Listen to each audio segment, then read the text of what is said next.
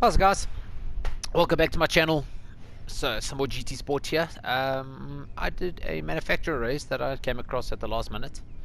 My manufacturer of choice for this league, or this season, if I should call it that, was the Mclaren. I've never driven it, so I thought let me give it a bash.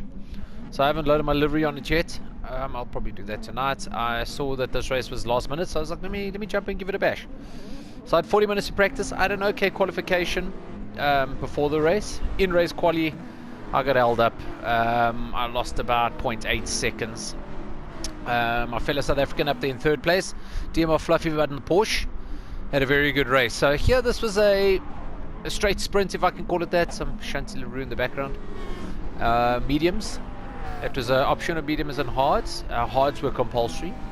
So it was one of two options. First lap, go out on the hards, do 1 or 2 laps pitting, go mediums, or run mediums the whole race. Try to save a little bit of fuel, and then towards the end of the race, finish on your hards 1 or 2 laps, which was what was going to happen. So lots of mistakes in the beginning, which gave me, oh geez, like the Moses effect, as Super GT would call it. I just got position after position after position. So race was quite consistent for me. Wasn't the fastest here. This McLaren was different. Some places it felt strong, some places like change of direction, it didn't like that. So your left to right corners, I noticed that it struggled. You really had to be patient and try and get that car to slowly move. Hairpin sections, I lost a lot. On the brakes I wasn't bad coming out. First gear was too short, second gear was too long. I couldn't find that middle ground. Going through the chicane, I just couldn't get this right. I had to really slow down, as I say, change of direction from that left to this right-hander. But this last corner I did alright. So you'll notice short shifting a little bit. I'd already lost the slipstream to the guys in front of me. Hoping for that pit stop just to save a little bit of some fuel going into the pit stop. So guy behind me, Spadex, the German, he qualified behind me. Stuck to me quite nicely, and like I say, the guys that qualified behind me seemed to be fast in the race, so I didn't want to go too defensive in the beginning. If the guys were faster than me, I was just hoping to hold onto the slipstream and try and get them in an undercut, trying to also just preserve my tires and push a little bit harder towards the end of the stint. So might seem as though I'm holding the guys up. You can kind of say that. I thought if I hold them up and they push hard, you know, maybe I could look after myself. I did have a little whoopsie in this race. You'll see where it happened, and it was the same place where I kept getting issues with the McLaren in when I was practicing. Okay, so coming back into the hairpin. So very strange hairpin if you run it backwards. Feels like it's off camber and then on camber, or runs away from it. It was quite different. So I tried different lines in practice. I tried to pull it in early. I tried to break out late and turn in. The best I found was just a very neutral line. So don't turn in too early, don't turn in too late, but get that right line and try to get the power out in second gear. So that chicane, like I say, I did not enjoy that. I lost a lot of time exiting that chicane. You can see how that Porsche's pulled away in front of me. So here I use the gearbox, third gear, just to get the car to rotate back up to fourth gear, run it to the outside. Right, there we go. You can see Spanish guy jumping in on hards. So I didn't want to run the hards through the first stint in case you came out in traffic. I didn't want to, you know, run in the top 10, put on the hards, come out in traffic and let the other guys pull away from me. So I decided to go for the mediums up front, try pull a little bit of a gap, keep the field nice and open and jump in and do the hard stint. Right, so you'll see the German behind me, Spadex, is spun, and I had quite a gap to the Frenchman behind me. I was like, sweet, this is exactly what I want. I don't want any pressure from the rear, no pun intended. But I wanted to try just catch the toe on the guys in front of me, and you'll notice that this Frenchman, yes, he hauled me in the red Porsche. Alright, so this corner, if you got it 100% right, you could stay flat. You had to get your wheels on that right side apex to get through this section complete. So second gear, decent line, watch how the Porsche behind me catches. So like I say, first gear, you spin it, you light up, you get on the limiter too quickly. Second gear, you don't get in that boost enough. Okay, so difficult corner to overtake, and I saw him show his nose. I was like, nah, he's not going to do it. He's a little bit too far back, but again, this is GT Sport, so you never know. That left-hander as well. You try to run over the curb, you bounce. You try to turn too sharp, you slide. You really had to be smooth, but you had to be slow through there to try to get the drive for that first right-hander. Okay, so 7th position, I was happy with that. You saw my plate number was 19 on my car. So theoretically, I'm the 19th highest rated driver in this lobby. So if I finish under 19th, my driver rating theoretically should go up, which it didn't. So if someone can explain that to me on how that actually works. I was under the impression if you finished higher than your nameplate, your DR should increase. Good news is my SR was at 99, so I knew that there would be some kind of etiquette driving in this lobby. Okay, so my thing here was the Porsche behind me was just putting a bit of pressure. I looked behind him and noticed that there was a bit of a gap to the Englishman behind him. So if the Porsche put more pressure on me, I was just going to give him right of way, use the slipstream, which I realized worked quite nicely on this circuit, and yeah, save some fuel, get him to tow me to the cars in front.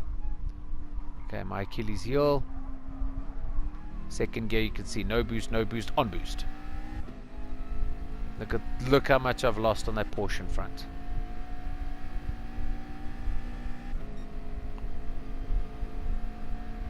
So in practice, I think I got down to a 31.8. In quali, I got down to a 32.5.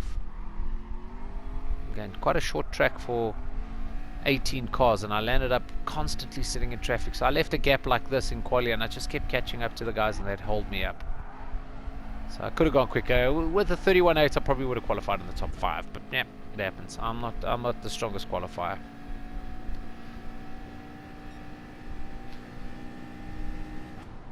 Okay, so if you have a look at the bitmap on the top right, quite a big spread amongst all the drivers, especially going towards the back of the field, or the spinners that I pointed out earlier on. So I was watching that closely. Obviously pitting in, I didn't know if I wanted to pit in on the 16th or the 17th lap. I wanted to see what the gap was like behind and where I could potentially come out. I don't want to come out in traffic and get held up, so I wanted to try either push a little bit more through the 17th lap, so come out in front of some guys. I knew a lot of people would be pitting in as well, as I say, with a hard mandatory stop. But again, 1 or 2 guys have pitted already, so I'll probably land up behind them coming out the pits on my 17th lap. So I wanted to try to hold the 7th place, do my pit stop, come out probably 8th or 9th place. Finish in the top 10 is what I would have been happy with. Ultimately, I wanted to finish in the top 5, but I didn't think it would be realistic in the McLaren. Okay, you can see again the Porsche behind me pulling me in quite a lot. Now, I had a suspicion that he was going to try past me in not a dangerous place, but he was going to make quite an aggressive move on me to get past, because I started to lose the tow to the guys in front of me.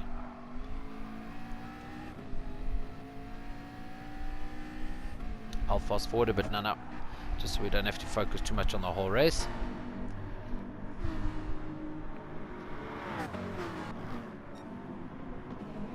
So for those of you that don't know, now is a term used in South Africa. It could mean 5 seconds, could be in an hour, could be in a week's time. So now is just now, and I'll do it now. The 3 terms that have no time at all. Alright, so here the Porsche was right on top of me. Again, I'm actually surprised he didn't show nose there, but I was quite quick through this right-hander. So, coming down the main straight, he's got the slipstream. Not close enough in my opinion, which you'll notice. The guys behind him started to catch up. And I think that started to put a little bit of pressure on him to get past me. Okay, so, here the Porsche had a spin. And I was like, yes, man, give me some breathing space. So Porsche drops a wheel, Sozdog, bam. And that wall wasn't forgiving, and there was actually damage on you. Not aggressive damage, but it would put the car a little bit of a limp. So I thought, cool, Porsche, I don't have to worry about again. Okay, Largo then started to hunt me, and the Spanish driver came from absolutely nowhere. I didn't even see him on the Delta. I wasn't looking, but I didn't even see him, and then all of a sudden, this guy was all over me. Cool livery as well.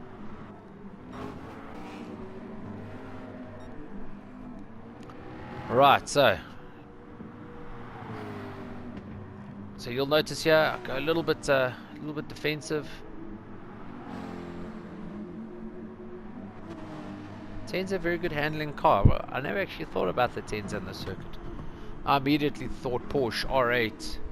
You know, the very good handling cars would be good around here.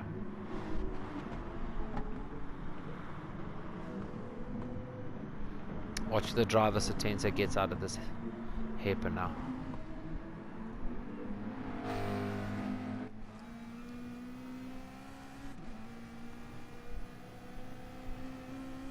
Okay, Porsche still quite far back. A bit of an aggressive move, but he didn't get it. But here, you can see he's starting to get... Oh, traction control makes a lot of sense now.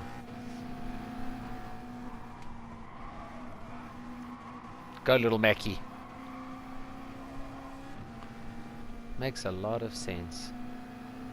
Real men don't use traction control. So here, I think I lift off the gas. I was like, I'm not going to fight this guy. Brake a little bit earlier. Slots in behind him. Give him a bit of a nudge. My bad. Okay, this guy was my concern. Because now all of a sudden, he's back. I mean, from hitting a wall and having damage to being righteous. I thought, cool. Let me stick on Logos. Arcia, try to hold up with him. Use the slipstream to pull me. Now, one thing he did, he pulled me very quickly, and I give that to him. But notice in the slipstream how he doesn't lose me as quick as when he caught up to me. So, I don't know if we're running on a real slipstream setting here. But it was quite beneficial being in a car's in front slipstream, unless I make a mistake, which I do now, and he pulls away from me completely.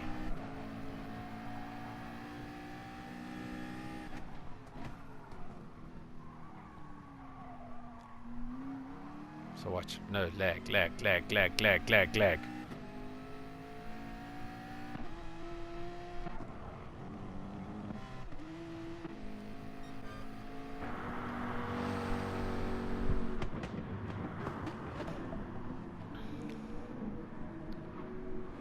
Okay, so like I said, this section, not my favorite. I think this Dragon Trail Gardens backwards. That chicane just doesn't flow.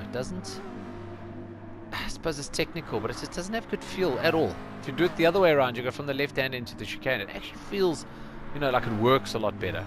But again, play tracks, I suppose. You can do whatever you want and run whatever direction. Right, so fast forwarding a bit. I lose Largo. Now you'll notice he pulls away from me quite easily once I lose that slipstream.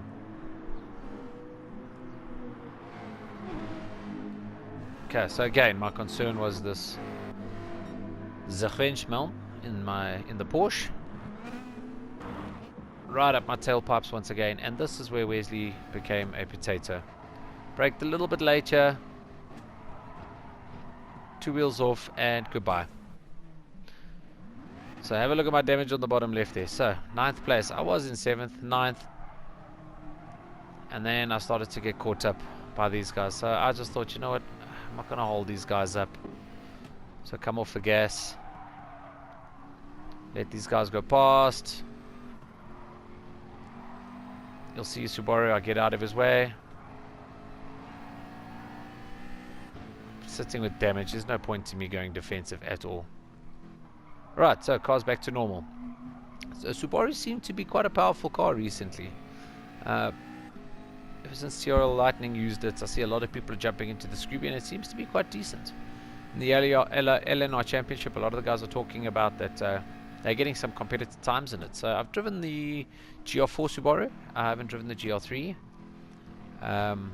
Anyway, so 11th place. Not much happened from here. On my own, trying to save a bit of fuel, watching my fuel constantly, watching the tire wear. Now have a look at my tire wear compared to some of the other guys. So yeah, have a look at this Porsche over here. There we go. Have a look at the Porsche's wear compared to my wear. So I was quite conservative on my braking zones, trying to just keep that grip. And then from here, lap 14, I started to push a little bit more, just to see if I could get away from the guys behind me. I wanted the top 10, hoping that the guys were using fuel and burning a bit too much, so in the pit stop they would waste some time. But even if that was the case, I was a little bit too far back. Okay, so lap 16. Quite a while behind the guys in front of me. Big gap behind me. Like I say, I needed to do my pit stop. Okay, so on the map, there was a big gap there. Some of the guys pitting in, I thought, let me just give one more push. You'll see I'm still doing 34s. Not a terrible time, I suppose, with worn tires. And you'll notice DMR Fluffy Butt in the lead. The guy was fighting for position in the LNR race at Spa. Right, coming to the pits. Literally a dollop of fuel. And come out in 11th place. Okay, spoiler alert. That is where I finished. So all in all, I must say, you know what, not a bad car. I like the McLaren. Love the way it sounds. Turbo noises, the way this V8 sounds. Very cool car. I need to spend a bit more time in it. I haven't even looked when the next race is, if it's GR3 or GR4. I assume GR4. But yeah, I'll make another video with it. I'm enjoying it. Funny thing is here, although I qualified or finished 11th, my DR dropped. So if someone can explain that to me, how this DR system works. I was under the assumption if you finish higher than your number on your car, then your DR should improve, even if it's by 20, 50 points. But I dropped by about 100, if I'm not mistaken. Anyways, guys, thanks for watching. Like, follow, subscribe, show your parents. Explain to your dog why he should be watching this show.